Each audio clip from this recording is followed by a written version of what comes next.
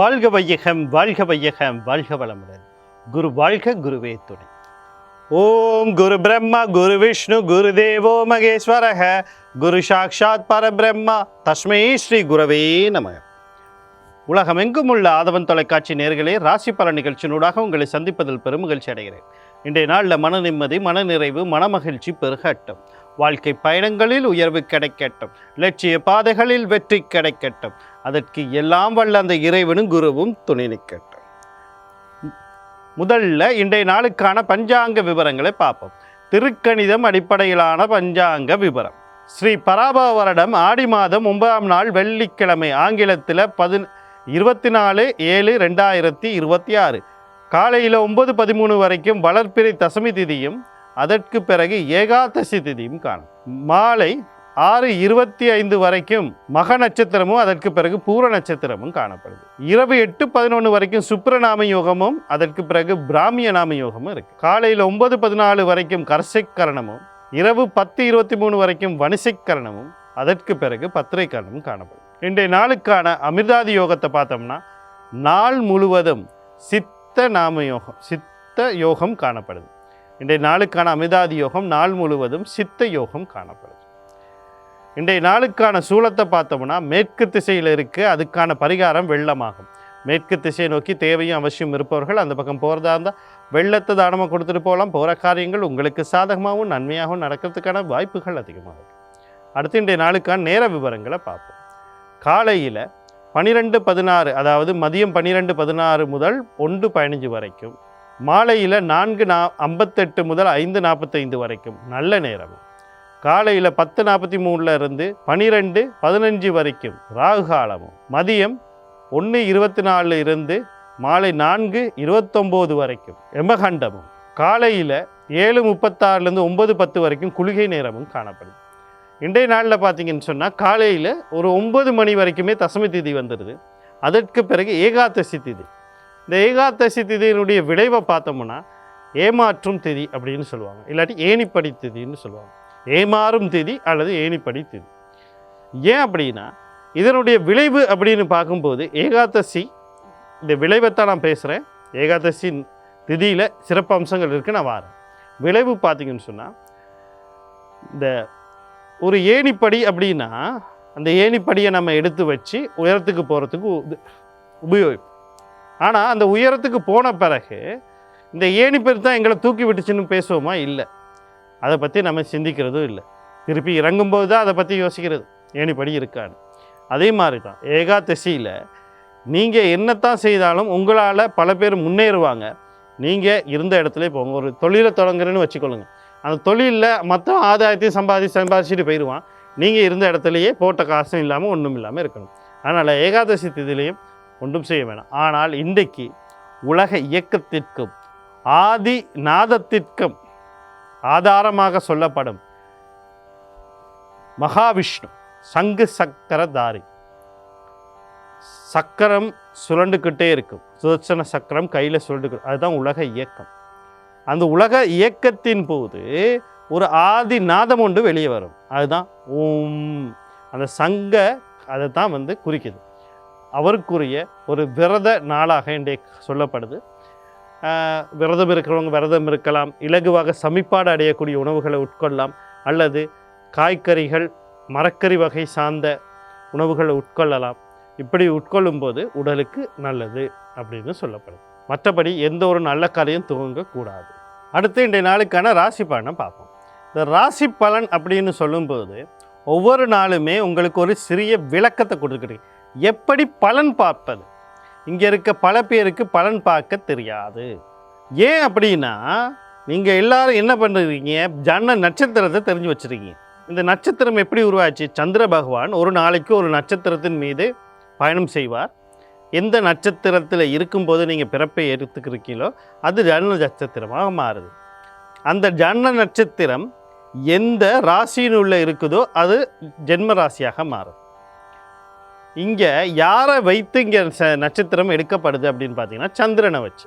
இப்போ இந்த சந்திர பகவான் எதற்கு சிறப்பம்சமாக இருக்கிறார்? உடல் மற்றும் மனம் சார்ந்த விஷயத்துக்கு சிறப்பம்சமாக இருக்கிறார். இங்கே அடுத்த விஷயம் என்னென்னா, எடுத்துக்கொள்ளுங்க, தாய் சந்திர பகவானை தாய் கிரகம் அப்படின்னு சொல்லுவோம். நம்ம தாய்ங்கிறது ஒரு கரு உருவாகிறதுக்கான உடலையும் உடலுக்கான வலுவையும் கொடுத்து வளர்க்குறவ தான் தாய். கரு எப்படி உருவாகுது? தாயின்ட்ட இருக்க கருமுட்டை தான் அடுத்த கட்டத்துக்கு போகுது. அந்த வளர்ச்சி அடைய உயிர்னு ஒன்று தேவைப்படுது. அந்த உயிர் எங்கேருந்து வருது? தந்தைக்கிட்டேருந்து வருது. ஜோதிட சாஸ்திர விதியின்படி தந்தை கிரகமாக சூரியனை சொல்லுவோம். அப்போ சூரியனுடைய நகர்வு என்னத்தை கொடுக்குதுன்னா ஆத்மா, உயிர். சூரியன் தான் ஆத்மக்காரகன், உற்பத்திக்காரகன், சகல ஆத்மாவின் பிறப்பிடம்னு சொல்லப்படுது. அப்படி சொல்கிற அந்த சூரியன் எங்கே இருக்காரு அப்படின்னு பார்த்தீங்கன்னா லக்னத்தோடு தான் தொடர்படுறார்.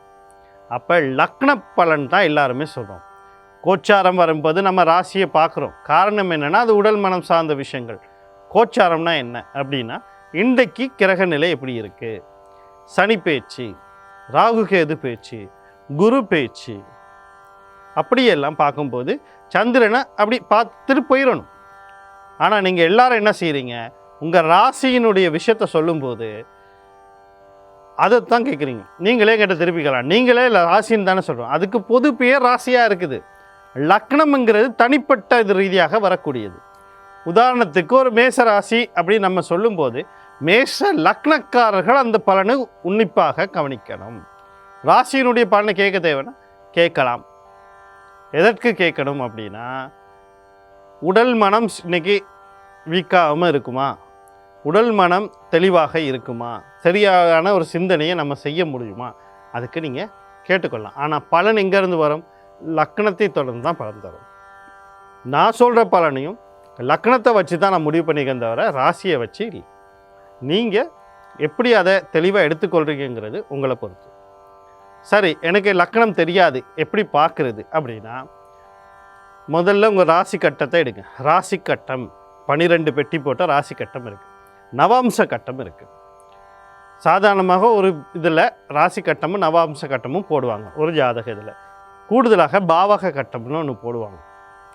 அது நிறைய பேர் போடுறதில்ல, போடுவாங்க. இது இல்லாமல் 108 கட்டம் இருக்குது. பஞ்சாம்சம், சதுரம்சம், சஷ்டி அம்சம், சப்தாம்சம், அஷ்டாம்சம், இப்படி 108 அம்சங்கள் இருக்குது. அதெல்லாம் நம்மளுக்கு தேவையில்லை. அதெல்லாம் கொஞ்சம் கூட வச்சோம். அதெல்லாம் கொஞ்சம் ஆழமாக போயிட்டு நம்ம ஜாதகத்தை பார்க்குறவங்க, பலனை கணிக்கிறவங்களுக்கு தேவைப்படும். நம்ம பார்க்க வேண்டியதுன்னா லக்னத்தை பார்க்கணும். ராசி கட்டத்தில் எங்கே சரி லானா போட்டிருக்காங்களா, கோடு போட்டிருக்காங்களா, ஒன்று போட்டிருக்காங்களான்னு பாருங்கள். அதுதான் லக்னம். அது இல்லாமல் விபரங்கள் அப்படின்ற ஒரு இடத்துல கட்டாயம் ராசி, ஜன்ன ராசி, ஜன்ன நட்சத்திரம், ஜன்ன லக்னம் கட்டாயம் போட்டிருக்கணும். அப்படி போடலைன்னா அது ஜாதகமே இல்லை. இதை தாண்டி 5 விஷயம் போட்டிருக்கணும். என்ன அப்படின்னா நட்சத்திரத்தை மேலே போட்டிங்க, திதி, யோகம், கரணம், வாரம் கட்டாயம் ஜாதகத்தில் இருக்கும். இல்லைன்னா அது செல்லுப்படையக்கூடிய ஜாதகம் இல்லை, அது சரியான ஜாதகமும் இல்லை. ஏன்னா பஞ்சாங்கத்தை எழுதாமல் என்ன ஜாதகத்தை பார்க்குறது? அப்போ அந்த விவரங்கள் இருக்கும். இது ஒன்றும் எனக்கு தெரியாதே, பக்கத்தில் இருக்க ஜோதிடர்கிட்ட போங்க, அவர் எல்லாம் தெளிவாக சொல்லிடுவார். அதுக்கு பிறகு பலனை பார்த்தீங்கன்னா அது சரியாக இருக்கும். அடுத்தது இன்னொரு விஷயம் தெரிஞ்சுக்கணும், மகாதிசை புத்தி. இந்த மகாதிசை புத்தி சாதகமாக பாதகமாக? தசைநாதனும் புத்திநாதனும் கர்ம நட்சத்திரத்தில் இருக்கானா. ஒரு மகாதிசையில் ஒரு புத்தி ஊழ்வினை புத்தியாக இருக்குது. அது நடக்குதா இல்லையா, இவ்வளத்தையும் தெரிஞ்சுக்கிட்டு நீங்கள் பலனை பார்க்கும்போது அந்த பலன் சரியான வழிகாட்டலாக இருக்கும். இது வாழ்க்கையை மாற்ற போவதில்லை. அதுக்குன்னா உங்கள் ஜன்ன ஜாதகத்தை தான் பார்க்கணும், வழிகாட்டுறதாக தான் இருக்கும். நம்ம ஜன்ன ஜாதகத்தை பார்த்து சொன்னாலும் இங்கே இருக்கிற ஒரு விஷயம் என்ன அப்படின்னா நம்ம உங்களுடைய பலன்களை கூற முடியும். அந்த பலன்கள் எதிர்மறையாக இருக்கும்போது மாற்றத்துக்கான வழிகளை கூற முடியும். ஆனால் நம்ம உங்களுடைய விதியை மாற்ற முடியாது.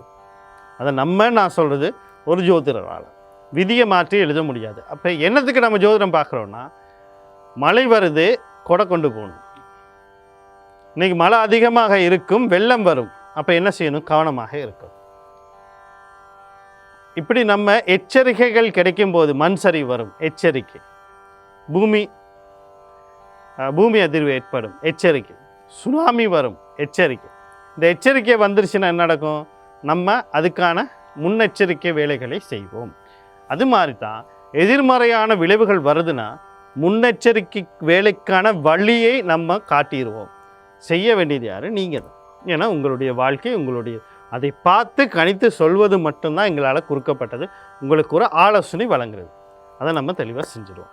அடுத்து பார்த்தீங்கன்னு சொன்னால், நான் பலன் சொல்லும்போது சில விஷயம் சாதகம்னு சொல்லுவேன், சில விஷயம் பாதகம்னு சொல்லுவேன். ஏன் சாதகமான விஷயம் என்ன அப்படின்னா, அது நீங்கள் இந்த விஷயங்கள் சாதகம். இன்றைக்கி உங்களுக்கு லாட்ரியில் நீங்கள் 1 கோடி ரூபா கிடைக்கும் அப்படின்னா நீங்கள் போய் லாட்ரியை வாங்கினா தான் கிடைக்கும் தவிர வீட்டிலே உட்காந்துருந்தால் கிடைக்காது. உதாரணத்துக்கு சாதகமான ஒரு விஷயம் சொன்னேன். அதே நேரத்தில் பாதகமான ஒரு விஷயம் சொல்கிறது பயமுறுத்த இல்லை. அப்படி ஒரு விஷயத்துக்கு நீங்கள் தயாராக இருங்கன்ற அர்த்தம். குறிப்பிட்ட நபர்கள் மூலியமாக சிக்கல் அப்படின்னு நான் சொல்லுவேன். அந்த சிக்கல் எப்படி இருக்கலாம்? இப்போ வீட்டில் தந்தை மூலியமாக சிக்கல் அப்படின்னு ஒன்று, அவருக்கு உடல்நல கோளாறு வரலாம், இல்லை அவங்க சார்ந்தவங்க மூலியமாக சில சிக்கல் வரலாம், அல்லது தந்தை ஏதாவது ஒரு கடனோ வாங்கி வச்சிருப்பாரா அதனால சிக்கல் வரலாம், இல்லை தந்தையே சில விஷயங்களுக்கு இதை தடைகள் விதிக்கலாம். இப்படி சிக்கல்கள் வரலாம். அது எந்த சிக்கலாக இருந்தாலும் வந்தால் வரப்போகுது, ரைட்டு, இதை எப்படி சமாளிக்கிறது அப்படிங்கிறத நீங்கள் முன்கூட்டியே எச்சரிக்கையாக இருக்கிறதா அந்த கவனங்கள் வச்சுருக்கேன். நீங்கள் முயற்சி பண்ணால் நல்லது நடக்கும், கவனமாக இருந்தால் வர பாதிப்பை கத்த வைக்கலாம். இதுதான் சாராம்சம். அடுத்தது, நான் கிரகங்களை சொல்லி தெய்வங்களை சொல்லுவேன். ஏன் அப்படின்னா, இங்கே இருக்கிற விஷயமே என்ன அப்படின்னா, கிரகத்தினுடைய சக்தி அலைகள் நம்மளை நோக்கி விழுந்துக்கிட்டே இருக்குது. நம்மளுடைய மையப்பகுதியில் இருக்கக்கூடிய அந்த கருமையம் அப்படின்னு சொல்கிற எங்களுடைய பதிவுகள், பாவ பதிவுகளையும் புண்ணிய பதிவுகளையும், கர்மாக்கள், பாவ பதிவும் புண்ணிய பதிவும் சேர்ந்தால் கர்மா, இந்த கர்மா பதிவு செய்திருக்க இடத்துல இந்த கதிர்வீச்சுகள் விழும்போது சில கதிர்வீச்சுகள் இது அந்த பதிவுக்கு ஏற்ற மாதிரி அந்த சக்தியை உள்வாங்கி கொள்ளும். சில கதிர்வீச்சுகளை உள்வாங்கி கொள்ள முடியாத சூழ்நிலை இருக்கும். அதாவது சமநிலை அற்ற நிலையில் அந்த கதிர்வீச்சுகள் விழும்.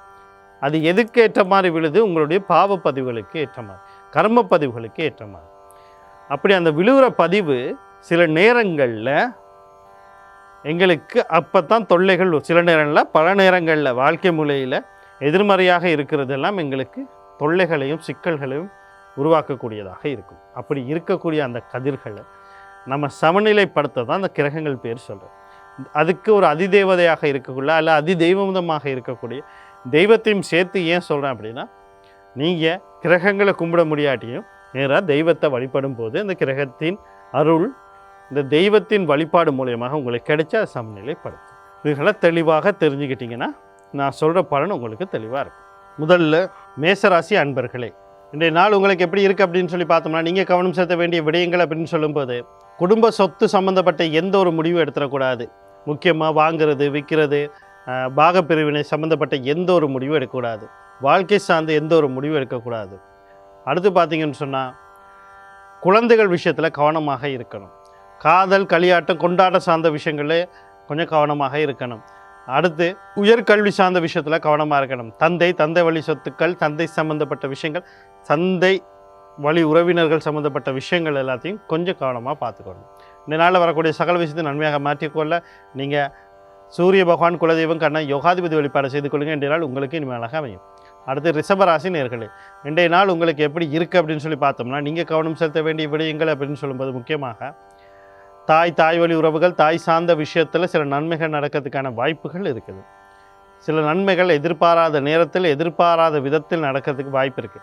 தலைக்கு வந்தது தலைப்பாகோட போன சில நன்மைகளும் சில காப்பாற்றப்படக்கூடிய சூழ்நிலைகளையும் ஏற்படுறதுக்கு வாய்ப்பு இருக்குது. வீடு, காணி, வாகனம், சொத்து சம்மந்தப்பட்ட விஷயத்தில் சில நன்மைகள் நடக்கிறதுக்கு வாய்ப்பு இருக்குது.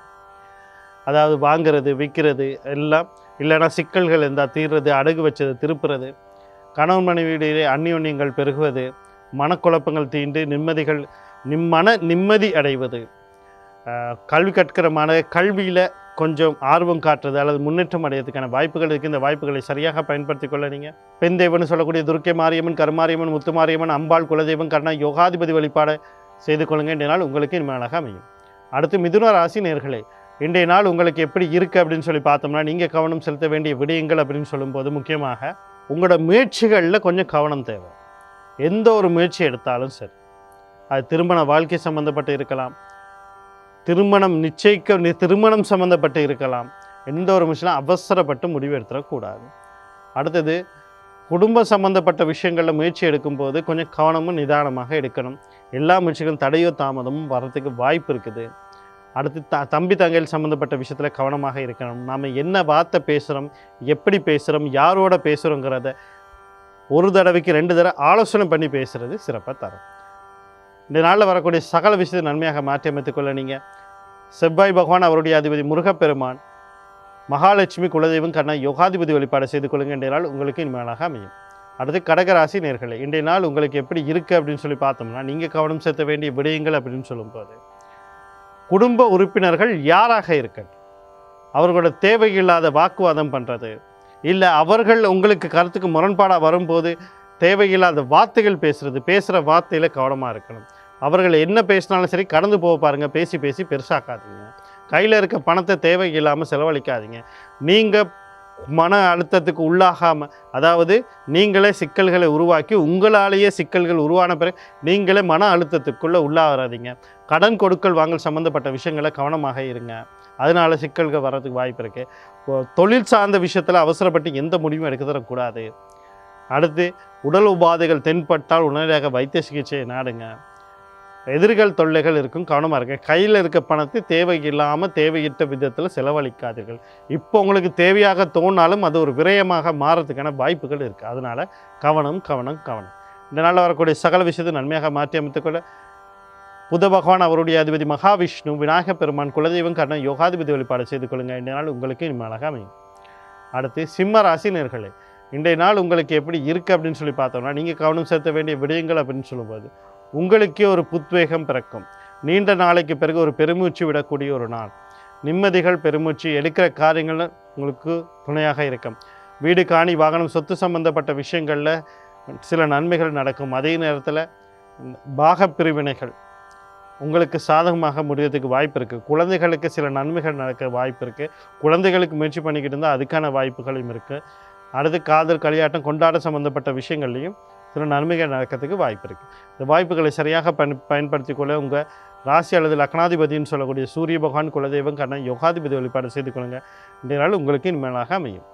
அடுத்து கன்னிராசி நேர்களே, இன்றைய நாள் உங்களுக்கு எப்படி இருக்குது அப்படின்னு சொல்லி பார்த்தோம்னா, நீங்கள் கவனம் செலுத்த வேண்டிய விடயங்கள் அப்படின்னு சொல்லும்போது முக்கியமாக தாய் வழி உறவுகள், தாய் சார்ந்த விஷயத்தில் கவனமாக இருக்கணும். கடல் கடந்து தொடர்போடு ஏதோ ஒரு விஷயத்தை செய்ய நினைக்கிறீங்க. அது வியாபாரமாக இருக்கலாம், தொழிலாக இருக்கலாம், கல்வியாக இருக்கலாம். நீங்கள் போக முயற்சி பண்ணலாம், உங்கள் குடும்பத்தில் போக முயற்சி, நண்பருக்கு போக முயற்சி, இல்லை அவங்க இருக்கிற யார் மூலியமாக எதாக இருந்தாலும் கவனம் தேவை. அவசரப்பட்டு எதையும் செஞ்சிடாதீங்க. வீடு, காணி, வாகனம், சொத்து சம்மந்தப்பட்ட விஷயங்களை அவசரப்பட்டு எந்த முடிவும் எடுக்கக்கூடாது. வீண் விரயங்கள் ஏற்படும். உடல் உபாதைகளை பெண்கள் சந்திக்கிறதுக்கு வாய்ப்பு இருக்குது. அதே நேரத்தில் தூக்க சிக்கல்கள் உருவாகும். கணவன் மனைவி இடையிலே கருத்து வேறுபாடுகள் ஏற்படுறதுக்கு வாய்ப்பு இருக்குது. மன சஞ்சலங்கள் அல்லது மனக்குழப்பங்களுக்குள்ளே ஆகக்கூடிய நாளாக இருக்குது. கொஞ்சம் பொறுமையாக நிதானமாக கையாளுங்க. இந்த நாளில் வரக்கூடிய சகல விஷயத்தை நன்மையாக மாற்றிக்கொள்ள சனி பகவான், அவருடைய அதிபதி சிவபெருமான், தர்மசாஸ்தா, பெண் தெய்வம்னு சொல்லக்கூடிய துர்க்கை மாரியம்மன், கருமாரியம்மன், முத்துமாரியம்மன், அம்பாள், குலதெய்வம், கண்ணன், யோகாதிபதி வழிபாடு செய்து கொள்ளுங்கள். இன்றைய நாள் உங்களுக்கு இனிமையாக அமையும். துளாராசி நேர்களே, இன்றைய நாள் உங்களுக்கு எப்படி இருக்குது அப்படின்னு சொல்லி பார்த்தோம்னா, நீங்கள் கவனம் செலுத்த வேண்டிய விடயங்கள் அப்படின்னு சொல்லும்போது முக்கியமாக வாழ்க்கையில் நிறைய பேருக்கு நிறைய எதிர்பார்ப்புகள் இருக்கும். அந்த எதிர்பார்ப்பு சில நேரத்தில் தடைப்படும். சில பேர் முயற்சி பண்ணுவாங்க, அந்த முயற்சிகளில் தடை ஏற்படும். பயணங்கள் செய்வாங்க, பயணங்களில் சிக்கல் ஏற்படும். சரியா? அதே நேரத்தில் எதிர்பார்ப்புக்கு மாறாக நடக்கிறதுக்கு வாய்ப்பு இருக்குது. எது நடந்தாலும் பரவாயில்ல, கவனமாக நிதானமாக இருந்தீங்கன்னா சரி. பயணங்கள் போகிறதுக்கு முன்னுக்கு ஒரு தடவைக்கு 2 தடவை ஆலோசனை பண்ணுங்கள். ஒரு பத்திர பதிவு செய்கிறதுக்கு முன்னுக்கு ஒரு தடவைக்கு 2 தடவை அந்த பத்திரத்தை, ஆவணங்களை சரி பாருங்கள். அனுமதி பெறத்துக்கு பிறகு சரி பாருங்கள். எல்லாமே கொஞ்சம் கவனமாகவும் நிதானமாகவும் கையாளுங்க. இன்றைய நாளில் வரக்கூடிய சகல விஷயத்தை நன்மையாக மாற்றி அமைத்துக்கொள்ள நீங்கள் சனி பகவான், அவருடைய அதிபதி சிவபெருமான், தர்மசாஸ்தா புதன் பகவான், அவருடைய அதிபதி மகாவிஷ்ணு, குலதெய்வம், கண்ணன், யோகாதிபதி வழிபாடு செய்து கொள்ளுங்கள். இன்றைய நாள் உங்களுக்கு இனிமையாக அமையும். விருச்சிக ராசி நேயர்களே, இன்றைய நாள் உங்களுக்கு எப்படி இருக்குது அப்படின்னு சொல்லி பார்த்தோம்னா, நீங்கள் கவனம் செலுத்த வேண்டிய விடயங்கள் அப்படின்னு சொல்லும்போது தந்தை சம்பந்தப்பட்ட விஷயங்கள், அதே மாதிரி குழந்தைகள் சம்பந்தப்பட்ட விஷயங்கள், அதுவும் ஆண் குழந்தை சம்பந்தப்பட்ட விஷயங்களில் உங்களுடைய தொழில் சார்ந்த வியாபாரம் சார்ந்த விஷயங்களை கவனமாக இருக்கணும். அவங்களையும் கவனமாக இருக்க சொல்லணும். தொழில், கல்வி, வியாபாரம் இந்த விஷயங்களில் கவனமாக இருக்கணும். நான் சொன்ன 3 பேரையும் கவனமாக உங்களையும் கூட மற்ற 2 பேரையும் சேர்த்து கவனமாக இருந்தால் நல்லாயிருக்கும். அதே நேரத்தில் பார்த்திங்கன்னா குடும்ப உறுப்பினர்களுக்கு இடையிலே சில மகிழ்ச்சிகள் ஏற்படுவதற்கு வாய்ப்பு இருக்குது. கருத்து வேறுபாடுகள் நீங்கிறதுக்கு வாய்ப்பு இருக்குது. அதே நேரத்தில் பண வரவுகள் சேமிப்புகள் அதிகரிக்கிறதுக்கு வாய்ப்பு இருக்குது. உங்களுடைய வார்த்தைக்கு மதிப்பு கிடைக்கிறதுக்கான வாய்ப்புகள் இருக்குது. வாய்ப்புகளை சரியாக பயன்படுத்தி கொள்ள நீங்கள் சனி பகவான் அவருடைய அதிபதி சிவபெருமான், தர்மசாஸ்தா புத பகவான் அவருடைய அதிபதி மகாவிஷ்ணு, குலதெய்வம் கண்ண யோகாதிபதி வழிபாடு செய்து கொள்ளுங்கள். இன்றைய நாள் உங்களுக்கு இனிமேலாக அமையும். அடுத்து தனுசு ராசி நேயர்களே, இன்றைய நாள் உங்களுக்கு எப்படி இருக்குது அப்படின்னு சொல்லி பார்த்தோம்னா, நீங்கள் கவனம் செலுத்த வேண்டிய விடயங்கள் அப்படின்னு சொல்லும்போது தந்தை வழி உறவுகள், தந்தை சார்ந்த விஷயத்தில் சில நன்மைகள் நடக்கிறதுக்கு வாய்ப்பு இருக்குது. அதே நேரத்தில் உயர்கல்வி எந்த துறையில், எந்த பல்கலைக்கழகத்தில், எந்த கல்லூரியில் உங்களுக்கு கிடைக்கணும்னு நினைக்கிறீங்களோ அதுக்கு கிடைக்கிறதுக்கு வாய்ப்பு இருக்குது. அதே நேரத்தில் வாழ்க்கை சார்ந்து எந்த ஒரு முடிவு எடுக்கிறனாலும் நீங்கள் எடுக்கலாம். ஆனால் உங்களுக்கு குழப்பமாகவும் மன அழுத்தத்துக்குள்ளே வரக்கூடிய திருமண வாழ்க்கை சம்மந்தப்பட்ட விஷயங்கள்லையும் கொஞ்சம் கவனமாக இருக்க நல்லது. பார்த்திங்கன்னா ஆக மொத்தம் எல்லா விஷயங்களும் நீங்கள் கவனமாக இருந்தீங்கன்னா எல்லாமே உங்களுக்கு கவனமாக அமைகிறதுக்கான வாய்ப்புகள் அதிகமாக இருக்குது. இந்த வாய்ப்புகளை சரியாக பயன்படுத்தி கொள்ள நீங்கள் சூரிய பகவான் உங்கள் ராசி அல்லது லக்னாதிபதினு சொல்லக்கூடிய குரு பகவான் அவருடைய அதிபதி தட்சிணாமூர்த்தி குலதெய்வம் கண்ண யோகாதிபதி வழிபாடு செய்து கொள்ளுங்கள். இன்றைய நாள் உங்களுக்கு இனிமேலாக அமையும். மகர ராசி நேயர்களே, இன்றைய நாள் உங்களுக்கு எப்படி இருக்குது அப்படின்னு சொல்லி பார்த்தோன்னா, நீங்கள் கவனம் செலுத்த வேண்டிய விடயங்கள் அப்படின்னு சொல்லும்போது முக்கியமாக கவனம் கவனம் கவனம். நீங்கள் மட்டுமில்லை, உங்கள் வாழ்க்கை துணையும் கவனமாக எல்லா விஷயத்தையும் கையாளுறது சிறப்பாக தரும். கவனத்தை விட்டுட்டிங்கன்னு சொன்னால் சில விபத்துக்கள், தொலைந்து போகிறது, களவு போகிறது எல்லாம் ஏற்படுறதுக்கு வாய்ப்பு இருக்குது. எதிர்பார்த்தது தடையாகிறதுக்கு வாய்ப்பு இருக்குது. கடல் கடந்து தொடர்போடு ஏதோ ஒரு விஷயம் செய்யறதா இருந்தாலும் கவனமாக இருங்க. வீண் விரயங்கள் ஏற்படுறதுக்கு வாய்ப்பு இருக்குது. தேவையில்லாமல் பணத்தை செலவழிக்காதீங்க. நீங்கள் செலவுங்கிறது எல்லாம் பண்ணலாம், ஆனால் விரயங்கிறது மாறும்போது அது சிக்கலை உருவாக்கும். பெண்களுக்கு உடல் உபாதைகள் உருவாகிறதுக்கு வாய்ப்பு இருக்குது. தூக்கமின்மை பிரச்சனைகள் உருவாகிறதுக்கு வாய்ப்பு இருக்குது. இன்றைய நாளில் வரக்கூடிய சகல விஷயத்தை நன்மையாக மாற்றி அமைத்துக் கொள்றதுக்கு நீங்கள் மகாலட்சுமி, ஆஞ்சநேயர், சனி பகவான் அவருடைய அதிபதி சிவபெருமான், தர்மசாஸ்தா குலதெய்வம் கண்ண யோகாதிபதி வழிபாடு செய்து கொள்ளுங்கள். இன்றைய நாள் உங்களுக்கு இனிமேலாக அமையும். அடுத்து கும்பராசி நேயர்களே, இன்றைய நாள் உங்களுக்கு எப்படி இருக்குது அப்படின்னு சொல்லி பார்த்தோம்னா, நீங்கள் கவனம் செலுத்த வேண்டிய விஷயங்கள் அப்படின்னு சொல்லும்போது திருமண வாழ்க்கை சம்மந்தப்பட்டு எந்த ஒரு முடிவு எடுக்கிறனாலும் தெளிவாக எடுக்கலாம். வரன் தேடுறீங்களா, முடிவு பண்ணிடுங்க. நிச்சயம் பண்ணணும்னு நினைக்கிறீங்களா, நிச்சயம் பண்ணிடுங்க. திருமணம் நாளை முடிவு பண்ணணும்னு நினைக்கிறா முடிவு பண்ணுங்க. கணவன் மனைவியிலே அந்நியோன்யங்கள் பெருகக்கூடிய நாளாக இருக்குது. அதாவது அடுத்து பார்த்தீங்கன்னா குழந்தைகளுக்கு 2வது குழந்தைகள் சம்மந்தப்பட்ட விஷயத்தில் நன்மைகள் நடக்கிறதுக்கு வாய்ப்பு இருக்குது. உங்களோட ஆள் மனசு அபிலாஷைகள் பூர்த்தி ஆகிறதுக்கு வாய்ப்பு இருக்குது. 2வது திருமணத்தை பற்றி யோசிக்கிறனாலும் வாய்ப்பு இருக்குது. அண்ணாக்கா வழியில் நன்மைகள் உருவாகணும் வாய்ப்பு இருக்குது. நீங்கள் உங்கள் கூட இருக்கிறவங்க நண்பராக இருக்கணும், உறவினர்களாக இருக்கட்டும், கூட வேலை செய்கிறவங்களால நன்மைகள் நடக்கிறதுக்கூடிய வாய்ப்பு இருக்குது. வாய்ப்புகளை சரியாக பயன்படுத்திக் கொள்ள மகாலட்சுமி, சனி பகவான் அவருடைய அதிபதி சிவபெருமான், தர்மசாஸ்தா குலதெய்வம் கண்ண யோகாதிபதி வழிபாடு செய்து கொள்ளுங்கள். இந்த நாள் உங்களுக்கு இனிமேலாக அமையும். அடுத்து மீன ராசி நேயர்களே, இன்றைய நாள் உங்களுக்கு எப்படி இருக்குது அப்படின்னு சொல்லி பார்த்தோம்னா, தொழில் வியாபாரம் சார்ந்த விஷயத்தில் கவனமாக இருக்கணும். அடுத்தது கடன் கொடுக்கல் வாங்கல் சம்மந்தப்பட்ட விஷயத்தில் கவனமாக இருக்கணும். உடல் உபாதை தென்பட்டால் உடனடியாக வைத்தியசாலையை நாடணும். அது உங்களுக்கு மட்டும் இல்லை, உங்களுக்கு, உங்களுடைய தந்தைக்கு, குழந்தைக்கு நான் சேர்த்து சொல்லிக்கிட்டு இருக்கேன். எல்லா விஷயத்துலையும் இந்த 3 பேரும் கவனமாக இருக்கணும். இந்த விஷயங்களில் எதிரிகள் தொல்லைகள் இருக்கலாம், அதுலேயும் கவனமாக இருக்கணும். இதனால் வரக்கூடிய சகல விஷயம் நன்மையாக மாற்றி அமைத்துக்கொள்ள நீங்கள் குலதெய்வம் விநாயகப் பெருமான், சனி பகவான் அவருடைய அதிபதி சிவபெருமான், தர்மசாஸ்தா யோகாதிபதி கர்ணாதிபதி வழிபாடு செய்து கொள்ளுங்கள். என்றால் உங்களுக்கு இனிமையாக அமையும். மீண்டும் நாளை ராசிபலன் நிகழ்ச்சியினூடாக உங்களை சந்திக்கிறேன். நன்றி, வணக்கம், வாழ்க வளமுடன்.